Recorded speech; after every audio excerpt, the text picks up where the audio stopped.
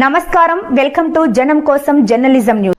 Bhupalpally municipality అభివృద్ధిపై అసత్యపు ఆరోపణలు మానుకోవాలి. 2 ఏళ్ల సమయంలో 350 కోట్లకు పైగా నిధులతో పలు అభివృద్ధి పనులు చేపట్టాం.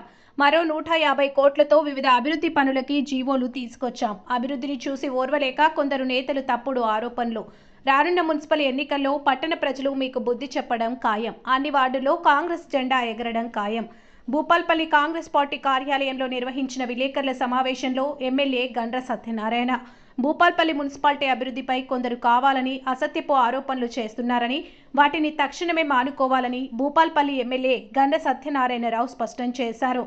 ఈరోజు భూపాల్పల్లిలోని కాంగ్రెస్ పార్టీ కార్యాలయంలో ఎమ్మెల్యే గండ్ర సత్యనారాయణరావు, జిల్లా కాంగ్రెస్ పార్టీ అధ్యక్షుడు భట్టు కరుణాకర్, పట్టణ అధ్యక్షులు ఇస్లావత్ దేవన్, మరికొంతమంది ముఖ్య నేతలు మరియు కౌన్సిలర్లతో కలిసి విలేకరుల సమావేశం ఏర్పాటు చేశారు. భూపాల్పల్లి పట్టణాన్ని అన్ని విధాల అభివృద్ధి చేసే బాధ్యత తమదేనని, ప్రజలు రానున్న మున్సిపల్ ఎన్నికల్లో కాంగ్రెస్ పార్టీ బలపరిచిన అభ్యర్థులకు ఓట్లేసి గెలిపించాలని కోరారు. ఇంకా మాజీ కౌన్సిలర్స్ ఇక్కడ ఈ యొక్క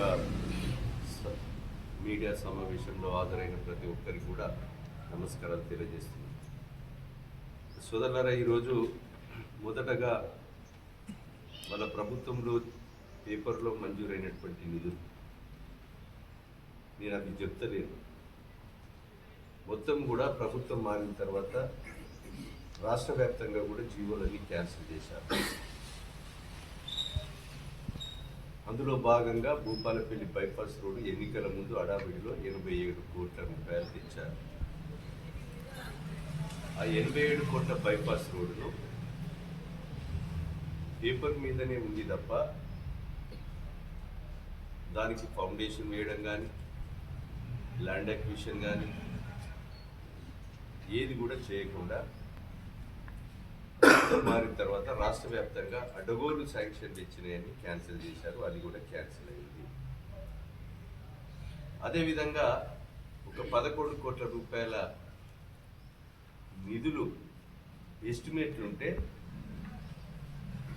టెండర్కు పిలిచే దశలో ఉంటే దాన్ని పునరుద్ధరణ చేసి 11 కోట్లు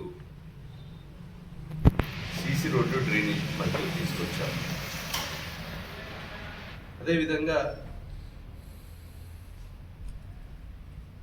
ఇక్కడ ఈ భూపాలపల్లి మున్సిపాలిటీలో బిగ్ మార్కెట్ అని, స్టేడియం అని వాళ్ళ ప్రభుత్వ హాయంలో ఫౌండేషన్ వేసి పెండింగ్ వర్క్స్ ఉన్నాయి.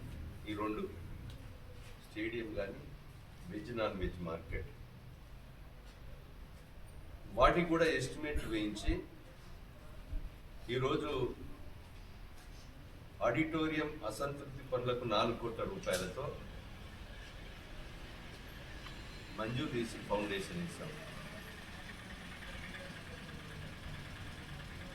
6 కోట్ల రూపాయలు ఆడిటోరియం 4 కోట్లు, వెజ్ నాన్ వెజ్ మార్కెట్కు 6 కోట్ల రూపాయలు.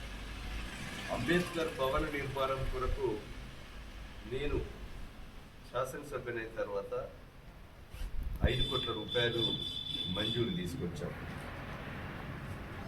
30 వార్డులలో కూడా 1 to 10 వార్డ్స్ 10 కోట్ల రూపాయలు సీసీ రోడ్లు, డ్రైనేజ్కి తీసుకొచ్చాం.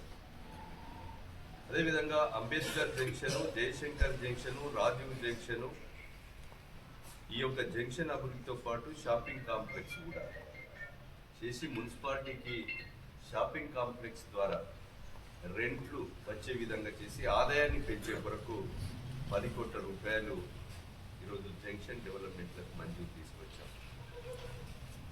అదేవిధంగా ఉల్లూరు పల్లె నుండి పెద్దకుంటపల్లె, వేషాలపల్లె పోయేటువంటి రోడ్లను మెటల్ రోడ్, అది దానికి బ్రిడ్జి కొరకు 2 కోట్ల రూపాయలు బ్రిడ్జి నిర్మాణానికి ఫౌండేషన్ వేశాం.